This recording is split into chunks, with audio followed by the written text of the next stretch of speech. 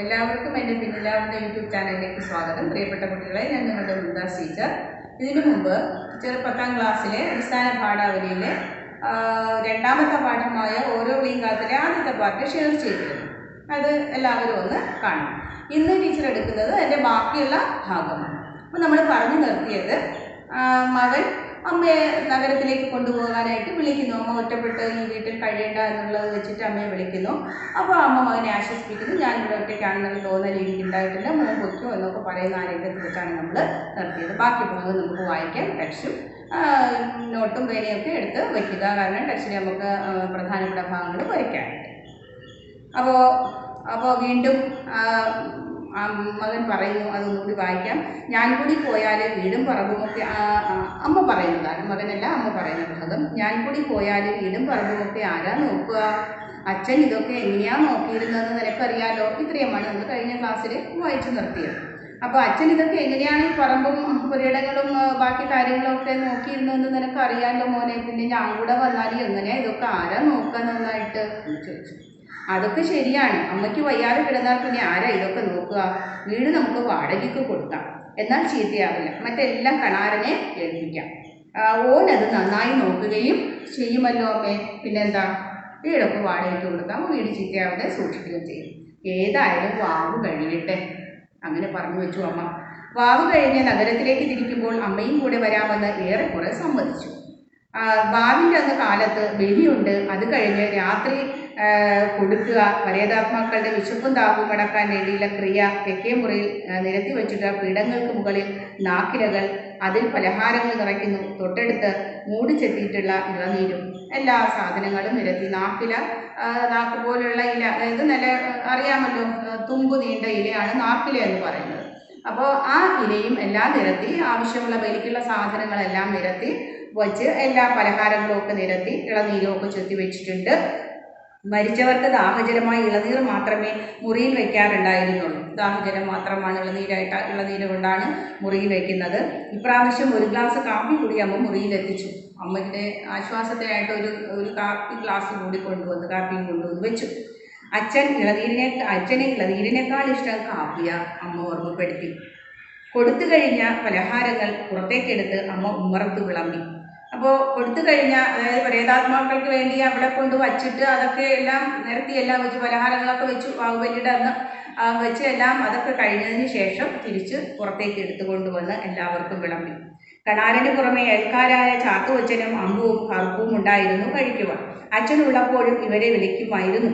പാതി പൊളിഞ്ഞു നിൽക്കുന്ന മൂട് മാറ്റി ഇളനീർ ഗ്ലാസ്സിലേക്ക് ഒഴിക്കുമ്പോൾ അമ്മ പറഞ്ഞു. എല്ലാവരും ആഹാരം കഴിക്കാനിരുന്നു. അമ്മ ഇളനീരെടുത്തു. അത് മാറ്റിയിട്ട് അമ്മ പറഞ്ഞു, കാലത്തെ ബസ്സിന് തന്നെ ഞങ്ങൾ പോവും കാലത്തെ ബസ്സിന് തന്നെ. എല്ലാവരുടെയും ഒരു കണ്ണിങ്ങോട്ടൊന്നും ഉണ്ടാകണേ. നല്ല ആൾക്കാർ ആരെങ്കിലും വന്നാൽ വീട് വാടകയ്ക്ക് കൊടുക്കുക. വിചാരിക്കുന്നത് അങ്ങനെയാണ് ഞാൻ. നല്ല ആളുകൾ ആരെങ്കിലും വന്നാൽ കൊടുക്കാമെന്നാണ് ഞാൻ വിചാരിക്കുന്നത്. അതുവരെ കണാരൻ നോക്കട്ടെ. കൊയ്യാനുള്ള സമയമായാൽ കളം കെട്ടാനും മറക്കണ്ട. കളയൊക്കെ കെട്ടാനും കളം കെട്ടി അതൊക്കെ നിറച്ചു വയ്ക്കാനും മറക്കണ്ട. അന്നേരം ഞാൻ വരാം, അമ്മ പറഞ്ഞു. നഗരത്തിലേക്ക് വരുന്നതിൽ അമ്മ മാനസികമായി തയ്യാറെടുത്ത് കാണുന്നതിൽ മകന് സന്തോഷം തോന്നി. അപ്പോൾ എല്ലാം അമ്മ കണാരനെയും മറ്റുള്ളവരെയൊക്കെ ഏൽപ്പിച്ചു. എല്ലാവരും ഒന്ന് ഇവിടെയൊക്കെ നോക്കിക്കോളണേ, പറമ്പും വീടും ഒക്കെ എല്ലാവരും ഒന്ന് നോക്കിക്കൊള്ളണം.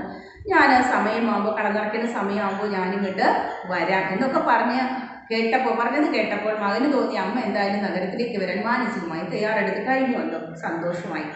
അതുവരെ അതായിരുന്നു പേടി. അമ്മ വരില്ല എന്നുള്ളതായിരുന്നു മകൻ്റെ പേടി. നിർബന്ധിച്ച അമ്മയെ ഒരിക്കലും നഗരത്തിലേക്ക് വിളിക്കരുത്. വിളിച്ചാൽ വരുമായിരിക്കും, പക്ഷേ തിരിച്ചു പോകേണ്ട ചിന്തയിലായിരിക്കും എന്നും അമ്മ. നിർബന്ധിച്ച് വിളിച്ചുകൊണ്ട് പെട്ടെന്ന് കൊണ്ടുപോയാൽ അവിടെ എത്തിയാൽ അമ്മയുടെ ചിന്ത ഇവിടെ പറമ്പും വീടും ഒക്കെ ആയിരിക്കും. അങ്ങനെ അമ്മ ഇപ്പോൾ മനസ്സുകൊണ്ട് അമ്മ തയ്യാറെടുത്തു എന്ന് മനസ്സിലാക്കും. എല്ലാവരും പോയി കഴിഞ്ഞപ്പോൾ നഗരത്തിലെ വിശേഷങ്ങൾ തിരക്കുകയായിരുന്നു അമ്മ. കുട്ടിയുടെ കരച്ചിൽ അപ്പോഴേക്കും മാറിയിരുന്നു. മകൻ്റെ അവിടെ ഏതോ മരക്കൊമ്പിലിരുന്ന് കൂമൻ മൂളിക്കൊണ്ടിരുന്നു. കൂമൻ അറിയാലോ, കൂമൻ്റെ വല്ലാത്തൊരു ശബ്ദം പുറപ്പെടുവിക്കും. ഗ്രാമാന്തരീക്ഷങ്ങളിലാണത് കൂടുതലും കേൾക്കുക. അതിന് മറുപടി എന്നോണം മറ്റെങ്ങോ അതേ തരത്തിലുള്ള മറ്റൊരു മൂളലും കേൾക്കുന്നു. കുട്ടി അത് ശ്രദ്ധിക്കുകയായിരുന്നു. കുസൃതി എന്നോണം അവനും അതൊപ്പിച്ച് മൂളാൻ തുടങ്ങി. അപ്പോൾ അമ്മ ചോദിച്ചു, നിന്റെ വീട്ടിലിരുന്നാൽ കൂവൻ മൂളുന്ന ഒച്ച കേൾക്കോ നീ? കുഞ്ഞു മോനോട്, ഈ കൂമൻ്റെ മോളെ ശ്രദ്ധിച്ച കുട്ടിയോട് അമ്മ ചോദിച്ചു, മോനെ നിൻ്റെ വീട്ടിലിരുന്ന ഈ കൂമൻ്റെ മോളിൽ നീ കേൾക്കുമോ ചോദിച്ചു. ഏതോ വിഷാദ സ്വരത്തിൽ അവൻ പറഞ്ഞു, ഇല്ല അച്ഛമ്മേ, ഒന്നും കേൾക്കില്ല, ടിവിൻ്റെ ഒച്ച മാത്രമേ കേൾക്കാൻ പറ്റൂ എന്ന് കുഞ്ഞ് മറുപടി പറഞ്ഞു. അപ്പോൾ നല്ല വെള്ളമില്ല, നിലാവുമില്ല, കൂമൻ്റെ ഒച്ചയില്ല, പിന്നെ ആടെ എന്താ ഉള്ളത്? അമ്മ തമാശയോട് ചോദിച്ചു കുഞ്ഞിനോട്. ഇതൊന്നുമില്ലല്ലോ, അവിടെ ഒന്നും വെള്ളം നല്ലത് കിട്ടാനില്ല, കൂമൻ്റെ മുകളിലില്ല, മറ്റൊന്നുമില്ല, പിന്നെ എന്താ ആടെ ഉള്ളത് മോനെ എന്ന് ചോദിച്ചു. സമയമേറെ കഴിഞ്ഞപ്പോൾ പൈക്കച്ചവടക്കാരനെ കണ്ട കഥ പറഞ്ഞു തുടങ്ങി അമ്മ. പൈക്കച്ചവടക്കാരൻ, കന്നുകാലി കച്ചവടമുള്ളവനെ കണ്ട കഥ പറഞ്ഞു അമ്മ.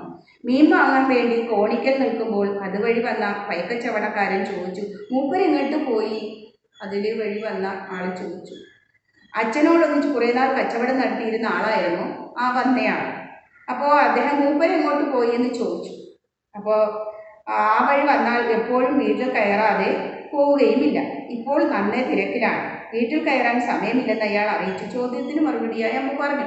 അപ്പോൾ ഇങ്ങനെ കച്ചവടത്തിന് പോവുകയാണ്, ഇപ്പോൾ നല്ല തിരക്കുണ്ട്, പണ്ടത്തെ പോലെയല്ല, നല്ല കച്ചവടക്കാരനായതുകൊണ്ട് തന്നെ വീട്ടിൽ കയറാൻ സമയമില്ല എന്ന് അയാളിങ്ങനെ പറഞ്ഞപ്പോൾ അതിന് ചോദ്യത്തിന് മറുപടിയായിട്ട് അമ്മ പറഞ്ഞു, മൂപ്പര് എങ്ങോട്ട് പോയെന്നല്ലേ ചോദിച്ചത്. അപ്പോൾ അമ്മ പറഞ്ഞു, മൂപ്പര് പോയി.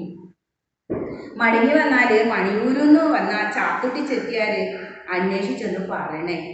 മൂപ്പര് പെരയിലുണ്ടായിരുന്നെങ്കിൽ മടങ്ങി വരുന്ന സമയത്ത് ഒന്ന് മുറിക്ക് പഴയ വർത്താനവും പറഞ്ഞ് കുറച്ച് നേരം ഇരിക്കുകയായിരുന്നു. അപ്പോൾ മൂപ്പര് പോയി എന്ന് പറഞ്ഞപ്പോൾ ആ മനുഷ്യൻ വിചാരിച്ചത് വേറെ എങ്ങാണ്ട് പോയിരിക്കുകയാണ്. അപ്പോൾ മടങ്ങി വരുമ്പോൾ പറയണം, ചാത്തുട്ടി ചെട്ടിയാർ വന്നിട്ടുണ്ട് എന്ന് പറയണം.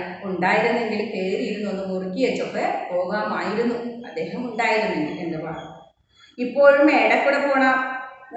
ഇടയിൽ കൂടെ പോണ ചിലർ വിവരമറിയാതെ ചോദിക്കും, മൂപ്പരെങ്ങോട്ട് പോയി? ഞാൻ പറയും പോയി എന്ന്. പോയില്ലാതെ എനിക്കല്ലേ അറിയും.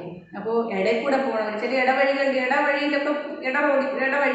കൂടെയൊക്കെ പോകുന്ന ആളുകൾ ചിലപ്പോൾ കാര്യം അറിയാണ്ട് ചോദിക്കും, മൂപ്പര് എങ്ങോട്ട് പോയി? കാണാനില്ലല്ലോ. അപ്പോൾ പറയും മൂപ്പര് പോയി എന്ന് പറയും.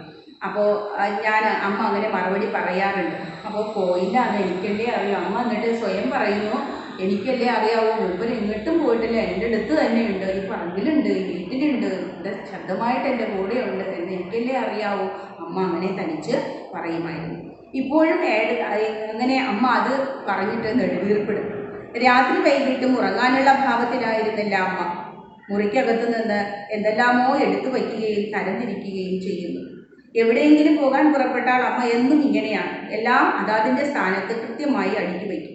തൃപ്തിയാകുന്നത് വരെ അമ്മ അത് തുടരും. അല്പം കഴിഞ്ഞപ്പോൾ മകൻ ഓർമ്മിപ്പിച്ചു. അപ്പോൾ ഇങ്ങനെ അകത്ത് നോക്കിയപ്പോൾ, അമ്മയുടെ മുറിയിൽ നോക്കിയപ്പോൾ ശബ്ദങ്ങൾ, പലതരത്തിലുള്ള ശബ്ദങ്ങൾ കേൾക്കുന്നു. തുണി അടുത്ത് വയ്ക്കുന്നു, പെട്ടിയിലെടുത്ത് വയ്ക്കുന്നു, ഒതുക്കുന്നു, പിന്നെയും അടുക്കി വയ്ക്കുന്നു, എവിടെയൊക്കെയുള്ള സാധനങ്ങളൊക്കെ നിരത്തി അതിൻ്റെ സ്ഥാനത്തൊക്കെ വയ്ക്കുന്നു. ഇതിങ്ങനെയാണ്. നമ്മൾ തന്നെയും എവിടെയെങ്കിലും യാത്രയ്ക്ക് പോകണമെങ്കിൽ നമ്മൾ എന്ത് ചെയ്യും?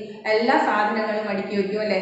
പിന്നെ നമ്മൾ ബാഗിൽ നമുക്ക് തേക്കാനുള്ള, പല്ല് തേക്കാനുള്ള ബ്രഷ്, പേസ്റ്റ്, പിന്നെ എടുക്കാനുള്ള തുണികൾ, വെള്ളം കൊണ്ടുപോകാനുള്ള വെള്ളമൊക്കെ എടുത്ത് വയ്ക്കുക അല്ലേ. നമ്മുടെ പേഴ്സ് മറക്കാതെ എടുത്ത് വയ്ക്കുക, പൈസ സൂക്ഷിച്ച് വയ്ക്കുക. അപ്പോൾ ഇങ്ങനെ പല കാര്യങ്ങളും നമ്മൾ വെക്കാറില്ല. അതുപോലെ അമ്മ ഗ്രാമാന്തരീക്ഷത്തിൽ ജീവിച്ചവരാണ്, അവർക്ക് പല കാര്യങ്ങളും ആവശ്യമുണ്ട്. അപ്പോൾ നഗരത്തിൽ ചെന്നാൽ അതൊന്നും സൗകര്യപ്പെടുകയില്ല എന്ന് വെച്ചാൽ അമ്മ പലതും ഇങ്ങനെ അടുക്കി വയ്ക്കുകയാണ്. ഇതൊക്കെ കണ്ടപ്പോൾ അമ്മയോട് മകൻ ഓർമ്മിപ്പിച്ചു. ഉറങ്ങിക്കോളൂ അമ്മേ, കാലത്ത് എഴുന്നേറ്റ് പോകേണ്ടതല്ലേ. അമ്മ ഉറങ്ങിക്കോളും, മതി ഇനിയൊക്കെ അടുക്കി വെച്ചത് എന്ന് പറഞ്ഞു. പുലർച്ചയ്ക്ക് കണാരൻ വരും, താക്കോൽ അയാളുടെ കയ്യിൽ ഏൽപ്പിക്കണം. എന്നാൽ നേരം പുലർന്നിട്ടും അമ്മ എഴുന്നേൽക്കാനുള്ള ഭാവത്തിലല്ലായിരുന്നു. അപ്പോൾ നേരം വെളുത്തു, അമ്മ ഉറങ്ങാൻ പറഞ്ഞു. അമ്മ പോയി ഉറങ്ങുകയും ചെയ്തു. അപ്പോൾ മകൻ രാവിലെ എണീറ്റു. കണാരൻ വന്ന് കാര്യങ്ങളൊക്കെ ഏൽപ്പിക്കാനുള്ളതാണ് എന്നുള്ള മനസ്സിൽ വന്നു. നേരം പുലർന്ന് കുറേ നേരമായിട്ട് അമ്മ എഴുന്നേൽക്കുന്നില്ല. അങ്ങനെ കുളക്കരയിലെ കവികളിൽ നിന്ന് വീണ പഴുക്കടയ്ക്കകൾ പെറുക്കിയെടുത്ത് ഉമ്മറത്ത് വെച്ച് കണാരൻ കാത്തിരിക്കുന്നു. കണാരൻ രാവിലെ തന്നെ എത്തി പഴുത്ത അടയ്ക്കകളൊക്കെ വീണ് കിടന്നതൊക്കെ പറക്കി കൊണ്ടുവന്ന് വരാന്തയിൽ അടുക്കി വെച്ചു. എന്നിട്ട് അവിടെ ഇരുന്നു. അമ്മേ, എന്തൊരു കിടപ്പായത്, എണീക്കുന്നില്ലേ? അമ്മ എന്താ എണീക്കുന്നില്ലേ? നല്ല നേരമായല്ലോ. അമ്മ അത് കേൾക്കാത്ത ഭാവത്തിൽ എന്തോ ആലോചിച്ച് കിടക്കുന്നു. ഇന്നിനി ബസ് കിട്ടുമെന്ന് തോന്നുന്നില്ല. മകൻ തിടുക്കം കാട്ടി. മകൻ്റെ അന്വേഷണം വീണ്ടും ഉയർന്നു വന്നപ്പോൾ ഏതോ ലോകത്തിൽ നിന്ന് ഇറങ്ങി വന്നിട്ടെന്ന പോലെ അമ്മ ചോദിച്ചു. അപ്പോൾ ബസ് ഇനി കിട്ടത്തില്ല അമ്മേ, നല്ല ഗ്രാമമാണ്. അപ്പോൾ പിന്നെ ബസ്സൊക്കെ സമയത്തിന് ഇത്ര ഒരു മണിക്കൂർ കണക്കിന് വെച്ചൊക്കെ ഉണ്ടാവുകയുള്ളൂ.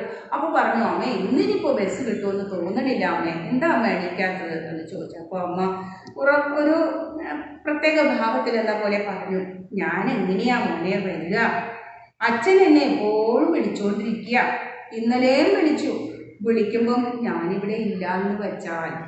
ഇതാണ് അമ്മയുടെ മറുപടി പറഞ്ഞത്. അമ്മ എഴുന്നേക്കാത്തതിൻ്റെ കാരണവും അത് തന്നെയായിരുന്നു. ഞാൻ എങ്ങനെയാ മോനെ വരിക? അച്ഛൻ വിളിക്കുമ്പോൾ ഞാനിവിടെ ഇല്ല എന്ന് വെച്ചാൽ എന്താ ചെയ്യുക? ആരാ അച്ഛന് വിളി കൊടുക്കുക?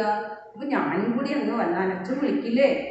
അപ്പോൾ ഞാൻ വരുന്നില്ല എന്ന് തീർത്തമ്മ പറയുന്നതായിരുന്നു ആ വാചകങ്ങളുടെ അർത്ഥം. നമ്മൾ അതിൽ നിന്നാണ് മനസ്സിലാക്കേണ്ട. കഥ ഇവിടെ വെച്ച് അവസാനം വിളിക്കുമ്പോൾ ഞാനിവിടെ ഇല്ല എന്ന് വച്ചാൽ എന്ന് വെച്ച് കഥാകാരി അവിടെ വെച്ച് കഥയെ അവസാനിപ്പിക്കുകയാണ് കുമാരൻ. ബാക്കി നമ്മൾ തന്നെ വായിച്ചെടുക്കണം. കാരണം അമ്മ ഒരിക്കലും അച്ഛൻ്റെ ശബ്ദമായിരുന്ന, സാന്നിധ്യമായിരുന്ന, അച്ഛൻ്റെ വാസനകൾ, അത് പ്രത്യേക ചില ശബ്ദവും മണവും ഒക്കെ നമുക്ക് തിരിച്ചറിയാൻ പറ്റും. പരസ്പരം നമ്മളുണ്ടപ്പോൾ ഒരുമിച്ച് ജീവിക്കുമ്പോൾ ആ ഒരു ഗന്ധം നമുക്ക് എപ്പോഴും തിരിച്ചറിയാൻ സാധിക്കും അച്ഛൻ്റെ സാന്നിധ്യമുള്ള വീട്ടിൽ. അപ്പോൾ പിന്നെ അമ്മയ്ക്ക് ഒരിക്കലും എങ്ങോട്ടും പോകാൻ കഴിയുകയില്ല. ഈ പാഠം ഞങ്ങൾ ക്ലസ്റ്റർ മീറ്റിങ്ങിൽ ഞങ്ങൾ കോഴ്സിന് പോകുമ്പോൾ ഞങ്ങളിത് ചർച്ച ചെയ്യാറ്, പുതിയ പാഠങ്ങളൊക്കെ വരുമ്പോൾ ഞങ്ങൾ ചർച്ച ചെയ്യാറുണ്ടായിരുന്ന സമയത്ത് ഒരു ടീച്ചർ എണീറ്റ് പറഞ്ഞു, അവരുടെ അച്ഛൻ മരണപ്പെട്ടു, അമ്മ ഇതുപോലെ ഗ്രാമത്തിലാണ്, ഇത് എനിക്ക് വേണ്ടി എഴുതിയതാണോ ഈ കഥ എന്നെനിക്ക് തോന്നിപ്പോകുന്നു ആ ടീച്ചർ പറഞ്ഞു. കാരണം അച്ഛൻ്റെ സാന്നിധ്യമുള്ള ആ വീട്ടിൽ നിന്ന്, അച്ഛൻ്റെ മരണശേഷവും അച്ഛൻ ഉപയോഗിച്ചിരുന്ന ആ ഷർട്ടുകളൊക്കെ അമ്മ ഇങ്ങനെ അവിടെ നിരത്തിയിട്ടിരിക്കുകയാണ്. അതൊന്നും എടുത്ത് മാറ്റിയിട്ടില്ല. അച്ഛൻ്റെ മേശപ്പുറത്തുണ്ടായിരുന്ന സാധനങ്ങളെല്ലാം, അച്ഛൻ അടുക്കി വെച്ച സാധനങ്ങൾ, കട്ടിൽ, എല്ലാ സാധനങ്ങളും അമ്മ അതേപടി സൂക്ഷിക്കുന്നു. അമ്മ അതൊന്നും എടുത്ത് മാറ്റിയിട്ടില്ല. കാരണം എന്നിട്ട് തിരിച്ച് ആ മകള് നഗരത്തിലേക്ക് വിളിച്ചപ്പോൾ ഒരിക്കലും അമ്മ വരുന്നില്ല, അമ്മ ഒരിക്കലും വരില്ല എന്നാണ് പറയുന്നത്. അച്ഛൻ്റെ ഗന്ധമുള്ള ആ വീട്ടിൽ നിന്ന് ഒരിക്കലും ഞാൻ വരില്ല, എങ്ങോട്ടും വരില്ല എന്നാണ് പറഞ്ഞത്. അപ്പോൾ ടീച്ചർ പറഞ്ഞ പോലെ ഈ കഥ അതേപടി ആ ടീച്ചറുടെ ജീവിതത്തിൽ അനുഭവമുള്ളതാണെന്ന് അന്ന് ഞങ്ങൾ ആ കോഴ്സിൽ വെച്ച് ആ ടീച്ചർ പങ്കുവച്ചു. അപ്പോൾ ഇത് സർവ്വസാധാരണമാണ്. വൃദ്ധരായ ദമ്പതികൾ മാത്രം ഒരുമിച്ച് ജീവിക്കുന്ന കാലത്ത് പരസ്പരം സ്നേഹിച്ച് സന്തോഷത്തോടെ ജീവിക്കുന്ന സമയത്ത് ഒറ്റപ്പെട്ടു പോകുമ്പോൾ ഒരു തുരുത്തിലായതുപോലെ ആരോടും മിണ്ടാനാകാതെ, ഒന്നും പറയാനാകാതെ ദുഃഖം കടിച്ചമർത്തി ജീവിക്കുന്നവരാണ് മിക്ക വീടുകളിലും ഉള്ളത്. പല അനുഭവങ്ങളും നമ്മുടെ ചുറ്റുപാട് നമ്മൾ കാണുന്നുണ്ട്. ഇങ്ങനെ വൃദ്ധരായ ദമ്പതികൾ, ഇവിടെ മകൻ അമ്മയെ കൊണ്ടുപോകാനിട്ടല്ല, മകന് വേണ്ടാഞ്ഞിട്ടല്ല, ഉപേക്ഷിച്ചതല്ല, സന്തോഷത്തോടു കൂടി മകൻ അമ്മയെ സ്വീകരിക്കുന്നു. പക്ഷേ അച്ഛൻ്റെ സ്നേഹ സാന്നിധ്യമുള്ള ആ വീട്ടിൽ നമ്മൾ ഒരിക്കലും ഇറങ്ങാൻ തയ്യാറാകുന്നത്. ഇത് നമ്മുടെ ചുറ്റിലും കാണുന്ന ഒരു സംഭവം തന്നെയാണ്, ആനുകാലികമായിട്ടുള്ള ഒരു കഥയും തന്നെയാണിത്. അപ്പോൾ നമ്മൾ ഈ കഥ നിങ്ങൾക്ക് എല്ലാവർക്കും നന്നായിട്ട് മനസ്സിലായിട്ടുണ്ടാവുമെന്നാണ് ടീച്ചർ വിചാരിക്കുന്നത്. ഇതിൻ്റെ ക്വസ്റ്റ്യൻ പാർട്ടുകൾ നമുക്ക് പിന്നെ അടുത്ത പാഠവും കൂടെ എടുത്തതിന് ശേഷം ചർച്ച ചെയ്യാം. അപ്പോൾ നമുക്ക് ഈ ക്ലാസ് ഇന്നിവിടെ വെച്ച് ടീച്ചർ അവസാനിപ്പിക്കുകയാണ്. ഈ ടീച്ചറുടെ ഈ ക്ലാസ് നിങ്ങൾക്ക് ഇഷ്ടമായെങ്കിൽ ലൈക്കും ഷെയറും സബ്സ്ക്രൈബും ഒക്കെ ചെയ്യണം. അടുത്തൊരു ക്ലാസ്സുമായി ടീച്ചർ വീണ്ടും എത്തുന്നതാണ്.